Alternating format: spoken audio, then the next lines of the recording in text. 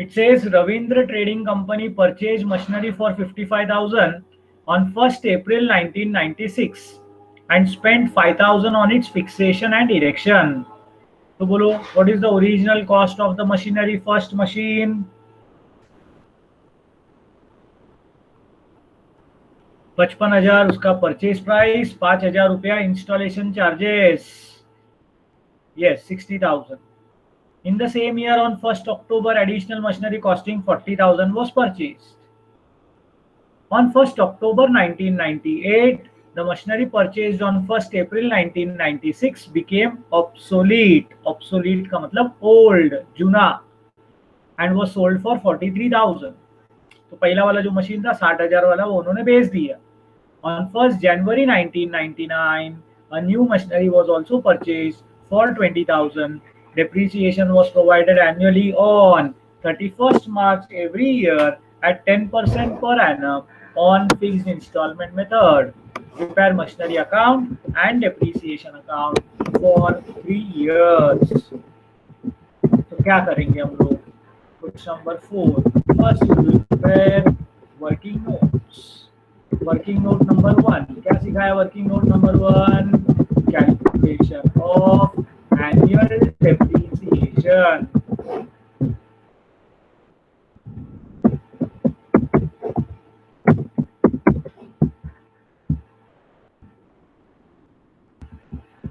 Particulars rupees.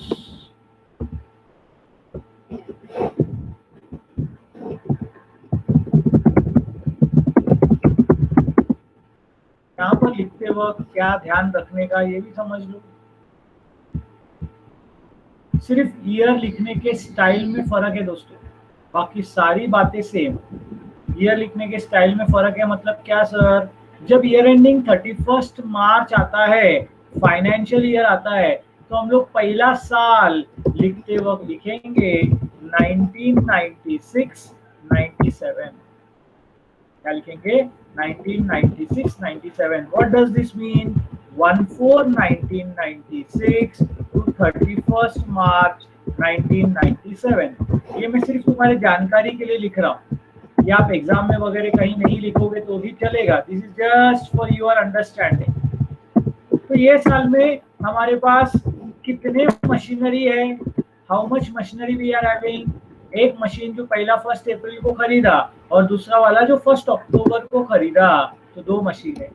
1st अप्रैल को खरीदा मतलब साल के पहले दिन खरीदा है, so it will be used for 12 months. और जो अक्टूबर में खरीदा तो अक्टूबर नवंबर दिसंबर जनवरी फरवरी मार्च, हाथ छोड़ के गिनने को शर्माओ मत, मंथ्स बरोबर आना चाहिए.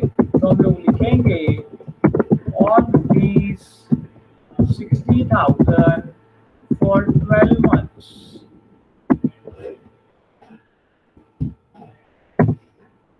Amount will be 10% के हिसाब से 6,000. और लिखोगे ऑन रुपीज 40,000 for 6 months. तो 40,000 के ऊपर अगर हम लोग कैलकुलेट करते हैं तो साल भर का आएगा 4,000, 6 महीने का आएगा 2,000. Correct. So total depreciation for this year will be rupees 8,000. समझ में आया सब लोगों को? सेम लॉजिक पे, कुछ भी फर्क नहीं. दूसरा साल लिखोगे 97 98 which starts on 1/4/1997 and which will end on 31st March 1998. अब मुझे बताओ 97 98 में हम लोगों को अगला ट्रांजैक्शन डायरेक्ट 1st अक्टूबर 98 को दिया है. हमारा साल खत्म हो रहा है 31st मार्च 98 को. तो क्या इस साल कोई परचेज या सेल हो रहा है? क्या नहीं हो रहा है. मतलब हमारे पास अभी भी 2 ही मशीन है और दोनों मशीन जुना मशीन है, तो 12 महीना चलेगा. तो लिखते वक्त क्या लिखेंगे? On 60,000 for 12 months 6,000 and on rupees 40,000 for 12 months 4,000.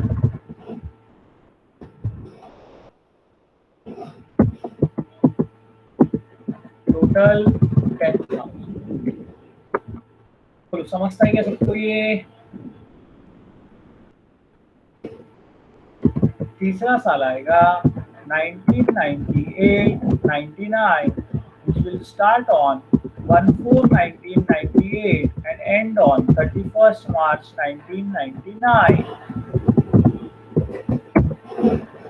तो दोस्तों इस साल में क्या होगा? तो 1 अक्टूबर को जो हमने जूना वाला मशीन खरीदा था वो बेच दिया, अक्टूबर में बेचा, यानी कितने महीने के बाद बेचा? 6 महीने के बाद।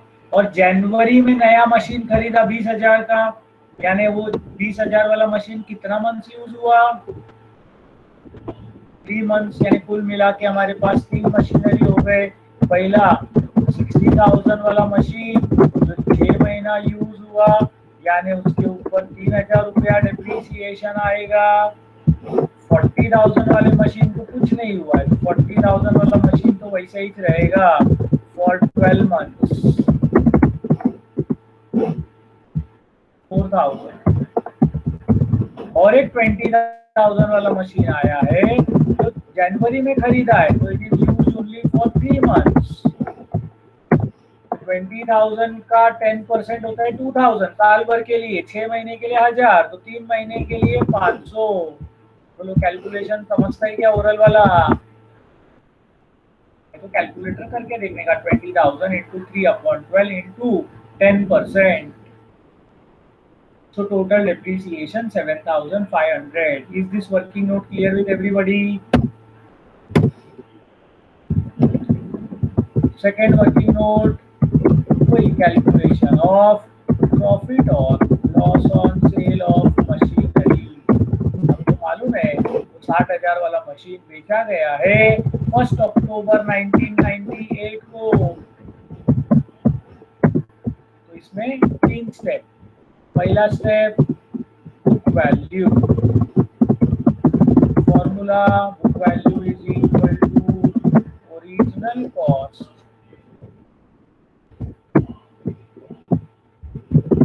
Minus total depreciation. So original cost वो मशीन का है 60,000, उसके ऊपर पहले साल हमने चार्ज किया 6,000 डिप्रिसिएशन, दूसरे साल चार्ज किया 6,000 डिप्रिसिएशन, और तीसरे साल चार्ज हुआ 3,000 depreciation. So that is 60,000 minus 15,000. So its book value is 45,000.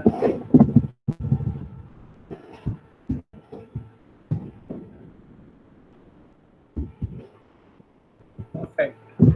Sale value कितने में बेचा उसको दोस्तों? कितने में बेचा है उसको अपन ने? 43,000।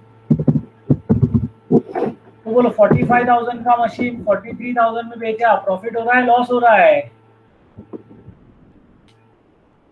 यस, तो डायरेक्ट लिख देगा loss on sale. Bar bar formula इसका सब जरूरत नहीं है, जो कॉमन चीजें हैं वो डायरेक्ट लिख सकते हो। सिर्फ आपको जो है बुक वैल्यू का फॉर्मूला लिखना पड़ेगा, उसके लिए कोई ऑप्शन नहीं।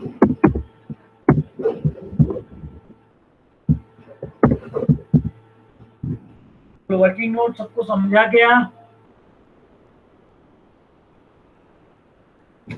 एकदम सिंपल है यार, कुछ इसमें दम ही नहीं है।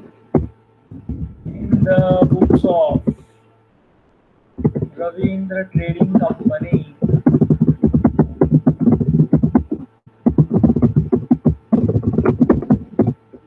क्या बना रहे हम लोग? Machinery account.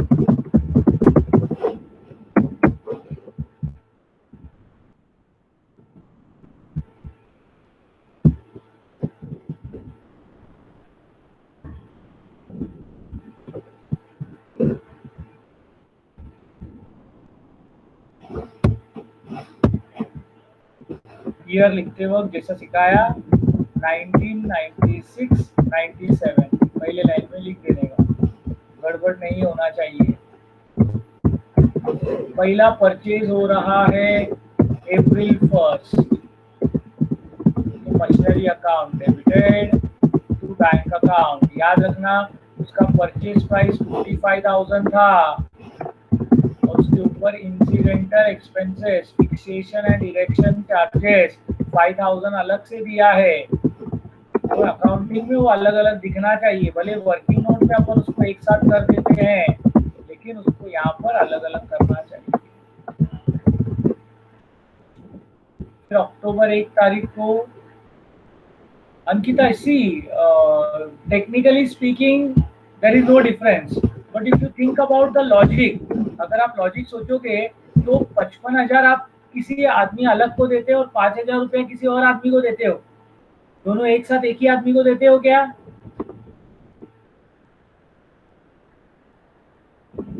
तो दोनों को फिर आप एक साथ एंट्री नहीं कर सकते। जर्नल कैसे होता रहेगा, प्रैक्टिकल दिमाग में सोचो, जर्नल में क्या 60,000 का एंट्री एक साथ होता होगा क्या?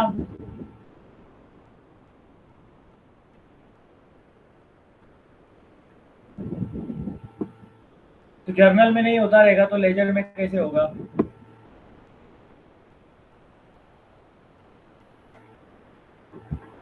करेक्ट। अक्टूबर 1 तारीख को फिर से हमने नया मशीन खरीदा। अब जब यहाँ पर 40,000 एक साथ दिया है तो 40,000 का एंट्री एक साथ होगा।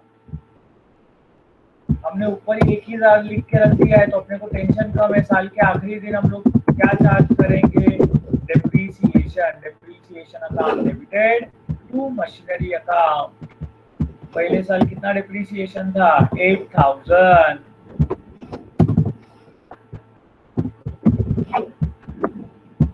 टोटल करोगे तो 1 लाख रुपया डेबिट का टोटल है। 1 लाख में से अगर 8,000 रुपया माइनस हुआ तो मार्च 31 को आएगा। क्या लिखोगे? By balance carry forward amount will be ₹92,000। Comfortable हो? टोटल्स को हमेशा ऊपर सिंगल अंडरलाइन, नीचे डबल अंडरलाइन। ठीक है, मेरे पास बना बनाया है इसलिए मैं उसको ज्यादा कुछ भी हरकतें नहीं कर रहा हूँ। 97, 98 सेकेंड ईयर, 97, 98 का डेट सिर्फ लिखने का दिमाग को अपने आप को समझाओ। 97, 98 में बोलोगे टू बैलेंस ब्रॉड फॉरवर्ड 92,000। हमने ऑलरेडी डिस्कस किया था, ये साल कोई ट्रांजैक्शन नहीं है। साल के आखिरी दिन मार्च 31 क्या चार्ज करेंगे हम लोग? डेप्रीसिएशन। कितना depreciation? 10,000।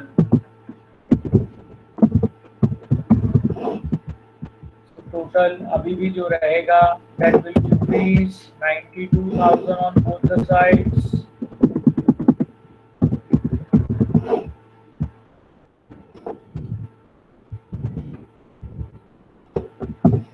By balance carried forward 82,000.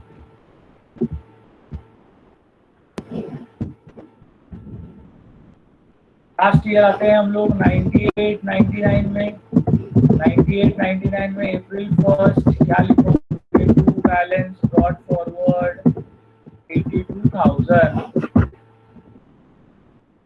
अब बताओ इस साल क्या क्या हुआ? अक्टूबर 1 तारीख को पहले सेल हुआ तो क्रेडिट साइड में भी 1998, 99 अक्टूबर 1 सेल हुआ बाय बैंक अकाउंट। कितने में मशीनरी बेचा? 43,000। उसमें लॉस हुआ तो profit and loss account debited to machinery account by profit and loss account. कितने का लॉस हुआ? 2,000। फिर जनवरी 1 तारीख को इन्होंने जो है 99 के एक और नया मशीनरी 20,000 का खरीदा तो जनवरी 1 को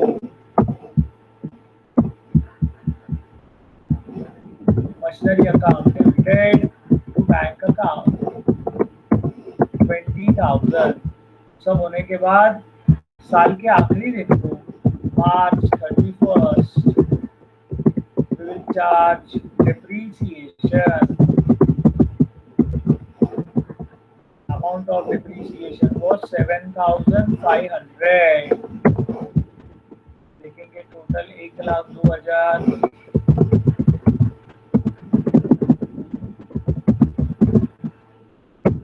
45,000 और 7,500 माइनस करो दोस्तों। मार्च 31st से by balance carry forward. Thank you Ankita. 49,500 और एक जन कोई कंफर्म करेंगे तो अच्छा रहेगा।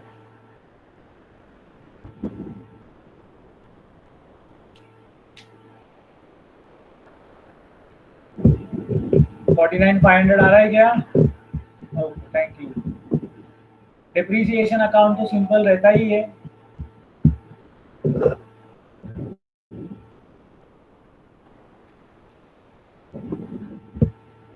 तो सिर्फ डेट लिखते वक्त ध्यान देना है, बाकी सब सेम है। नंबर ऑफ मंथ्स कैलकुलेट करते हो ध्यान रखने का, डेट लिखते हो ध्यान रखने का। चलो फटाफट सब लोगों ने क्वेश्चन नंबर 4 कंप्लीट करो और 5 खुद से करना है आपको।